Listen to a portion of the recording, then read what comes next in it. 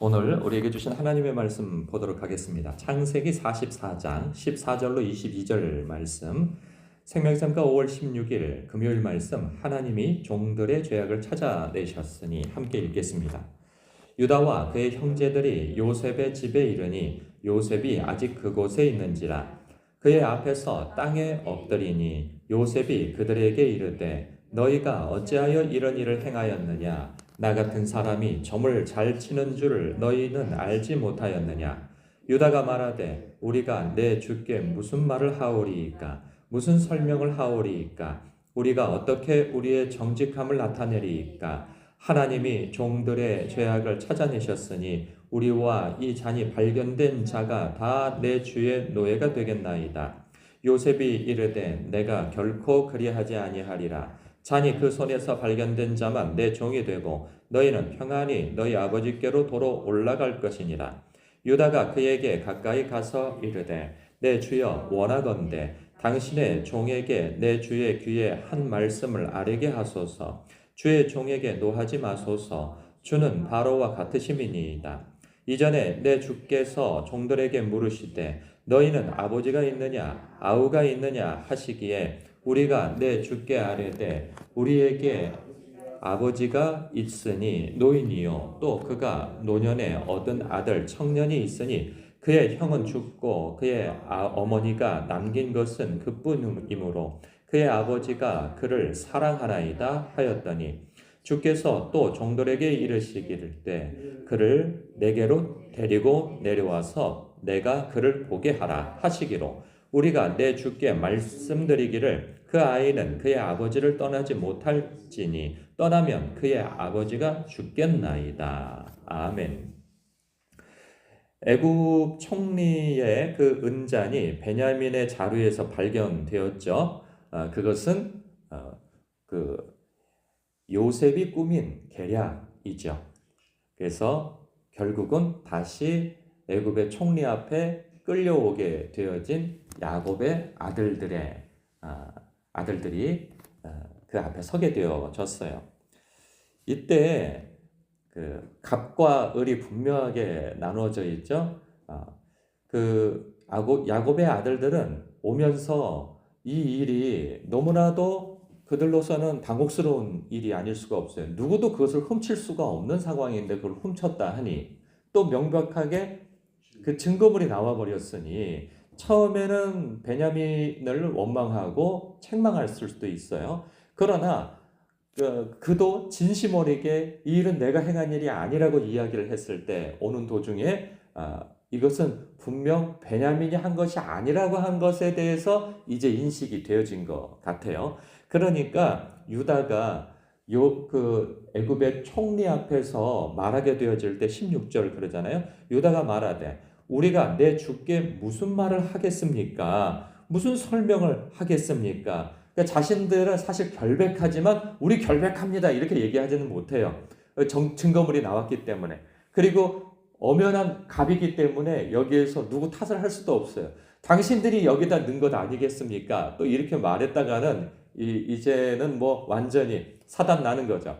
그러니까 이들은 여기에 올 때 이렇게 생각된 거예요. 이것에서 나왔으니 그곳에서도 이 은잔만 나온 자만 붙들려 가면 된다. 이렇게 이야기하니 이제 그럴 수는 없는 거예요. 베냐민만 보낼 수는 없는 거예요. 이 상황 속에서 머리가 너무나도 복잡했을 겁니다.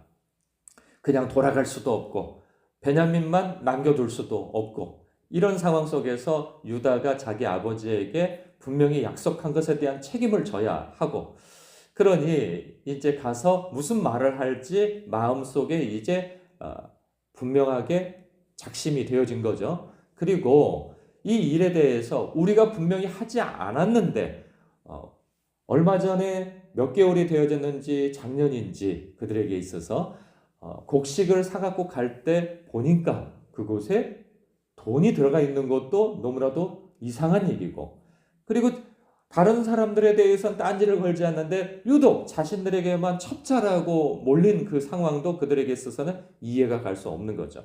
그리고 지금 베냐민에게 일어나면서 같이 일어난 이 일에 대해서도 도무지 이해할 수 없고 납득할 수 없는 이 상황에 대하여서 그들은 이렇게 해석을 하게 되어집니다.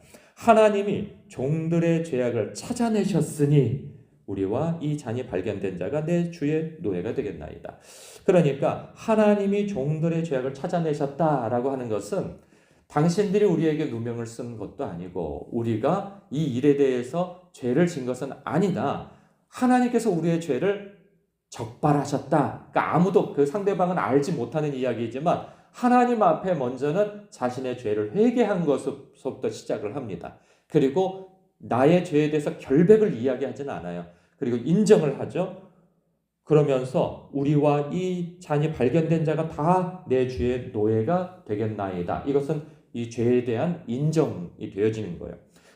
그러니까 보세요. 나중에 더 읽어보면 결론이 어떻게 나오냐면 이 잔이 발견된 자와 우리 모두가 당신의 노예가 되겠습니다. 라고 하는 것은 사실 결론이 아니에요. 하고 싶은 말이 있어요. 그 결론은 무엇이냐? 무엇이겠어요?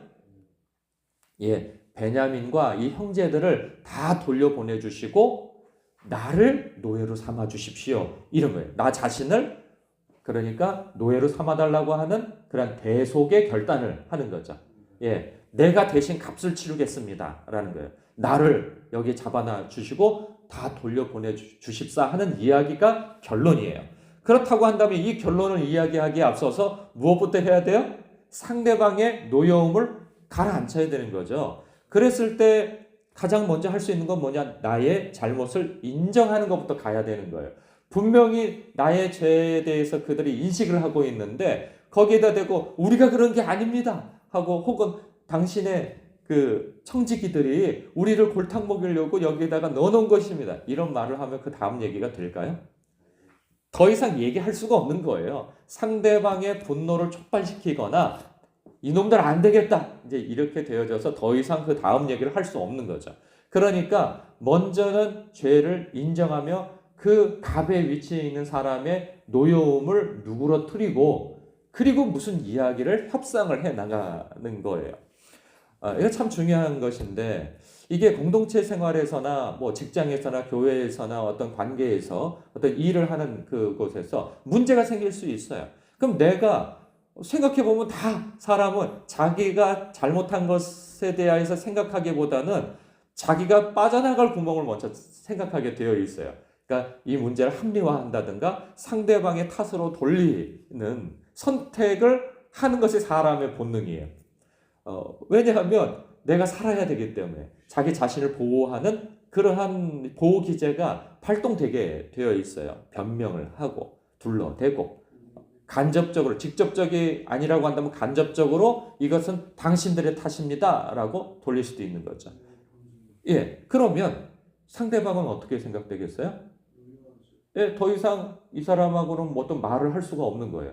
예, 뭐 자기 탓이 아니고 우리 탓이라고까지 이야기를 해버리니 아 그래요 하고 더 이상 이 사람에 대해서는 이 마음을 접게 되어져 버리는 거죠. 그래서 참 이런 것이 이 공동체 안에서의 그 갈등이 일어나는 것을 보게 되어져요. 이게 참 미묘하고 복잡한 문제예요. 이걸 뭐 쉽게 자기의 잘못을 인정하라 뭐 이렇게 이야기할 수만은 없어요. 꼭 지금 보면 억울하잖아요. 지금 이 사람 억울한데 거기다 대고 자기 잘못을 그냥 인정만 해버리게 되어지면 그건 꼼짝없이 걸려들게 되어지는 것도 있어요. 이 복잡한 문제예요. 그런데 이것에 대해서 그렇게 복잡한 문제가 아니고 첨예한 문제가 아니라고 한다면 이 문제에 있어서 상황을 부드럽게 하고 내가 원하는 어떤 부분으로 이끌어 가려고 하는 대화가 되어질 것 같으면 먼저는 나의 잘못을 인정하고 가는 것이 어떤 그 대화에 있어서 목적을 이끌어 가는 데 있어서 굉장히 큰 키포인트가 될 수 있는 거죠. 우리의 그 어떤 관계도에서 일어나는 일들 중에서 이런 일들이 굉장히 많습니다. 그런데 대부분 갈등이 일어나는 이유는 뭐냐 하면 자기의 잘못을 절대 인정하지 않아요. 그냥 변명을 그냥 막 늘어놓고 그리고 나중에 가서는 이거 직접적으로 말하지 않아도 당신 잘못 아니냐. 이거 원인을 제공한 당신 잘못이다. 또 이런 식으로까지 나오면 이건 갈등이 굉장히 불거지는 거죠. 상대방이 뭐라고 네 잘못이다 또 이렇게 얘기할 수는 없고 그러면 더 이상 이 사람하고는 일 못하겠다. 이렇게 딱 접게 되어지고 이거 이렇게 되어지는 거죠. 이런 부분에 있어서 먼저는 진심 어리게 자신의 잘못이 있다면 그것에 대해서 인정을 하고 대화를 이끌어가는 것이 정말 어떤 길을 여는 데 있어서도 중요하다. 그리고 자기가 잘못한 것이 또 있다면 이건 애매한 상황이잖아요. 그러나 또 반대로 잘못이 있음에도 불구하고 자신의 잘못을 인정하지 않고 어떻게 해서든지 자기의 잘못이 아니라 상대방에게 뒤집어 씌우려고 하는 이 못된 습성도 반드시 버려야 하는 것이죠. 용서받지 못합니다. 하나님 앞에 또한 그러니까 사람과의 관계에 있어서도 이것도 어려운 일이지만 정말 중요한 거. 하나님 앞에서도 용서받지 못할 죄는 회개하지 않는 거예요. 명백하게 있음에도 불구하고 회개하지 않는 자들이 하나님 앞에 저주를 받고 버림을 받잖아요. 대표적으로 누구예요? 아담과 하와예요. 또 누구예요? 사울이에요. 이런 사람들은 또 가룟 유다예요. 회개하지 않아요. 어떤 자는 변명을 하고 어떤 자는 그냥 내가 잘못한 거 내가 짊어질 거야 하고 자살을 해버리고 그렇게 되어지잖아요. 자포자기 해버리고 이게 굉장히 큰 죄란 말이죠. 용서받을 수 없게 되어지는 거예요. 하나님께서는 용서하시려고도 하나 거기다가 대고 자꾸 둘러대고 그 가인도 있네요. 가인도 하나님께서 네 동생이 어디 있느냐 할 때 모르고 물으셨겠어요? 그러나 내가 동생을 지키는 자니까 또 거기 그렇게 자기 잘못이 없는 것처럼 이야기를 하고 그래서 우리에게 있어서는 하나님 앞에서도 나의 죄를 빨리 인정하는 것 이것이 살 길이라 하는 것이죠. 또 반대로 갑의 위치에 있을 수도 있어요. 그럴 때 상대방이 이렇게 자신의 잘못을 인정하고 다가오는 자들에게 대해 있어서는 우리가 어떻게 해야겠느냐라는 거예요. 용서해야 한다는 것이죠. 왜 이렇게 답을 금방 내놓을 수 있을까요? 주님께서 명하셨기 때문에 그리고 주님께서 우리에게 하시는 방법이시기 때문에 우리를 대하시는 그분의 마음가짐이고 그 방법이시기 때문에 주님께서 우리가 7번씩 70번이라도 주님 앞에 우리의 죄를 용서를 구하고 바른 중심에서 회개를 하였을 때에는 하나님께서 우리에게 그렇게 용서를 해주신다는 거예요.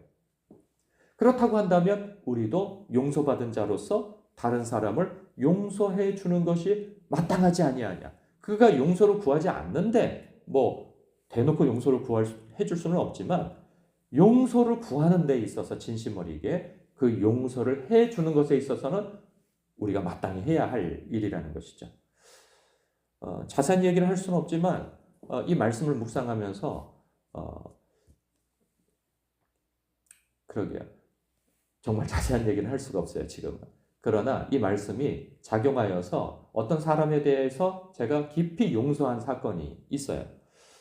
왜냐하면 그렇지 않으면 그 상대방은 우리에게 큰 돈을 물어야 되고 또한 잘못하면은 자신의 가족이 법적으로 큰 제재를 어떤 구속을 받게 되어지는 상황 속에서 진심 어리게 그 용서를 구한 그 사람에게 어떤 합의금도 받지 아니하고 용서를 하고 그리고 대안까지도 이야기하고 그리고 그것을 이유로 복음도 전할 수 있는 기회를 갖게 되어졌어요. 그것은 내가 용서를 받았기 때문이죠. 내가 용서를 받지 않았다면 다른 사람에 대해서도 그런 용서를 해줄 수 없게 되어지는 것이죠. 그래서 우리가 갑의 위치에 있든 을의 위치에 있든 내가 잘못을 했다면 응당 나의 잘못을 인정하고 용서를 구하는 것이 합당한 것이고 내가 용서를 받을 입장에 있다면 상대방이 나에게 진심 어리게 용서를 구했다면 금전적인 손해를 본다 할지라도 혹은 어떠한 손해가 뒷배경에 있다 할지라도 그를 용서하는 것이 하나님 앞에서 마땅히 우리가 해야 할 일이라는 것이죠. 하나님께서는 그걸 기억하실 거라는 생각이 들어요. 우리가 하나님 앞에 내 몸을 불사르게 내어주는 일, 대단한 봉사를 하고 그리고 대단한 믿음을 갖고 기도를 하고 몸부림치는 일이 있다 할지라도 어쩌면 천국에 가면 하나님께서 우리가 생각지 못하게 이렇게 주님의 마음으로 누군가를 용서한 그 일, 배려한 그 일을 기억하시고 너의 상이 큼이라 미리 말씀해 주실 수 있다는 것이죠. 이 세상에서 무엇인가를 얻으려고 몸부림치기보다는 오히려 하늘의 상을 쌓으려고 하는 그 마음이 더 중요하다 하는 생각이 듭니다. 기도하겠습니다.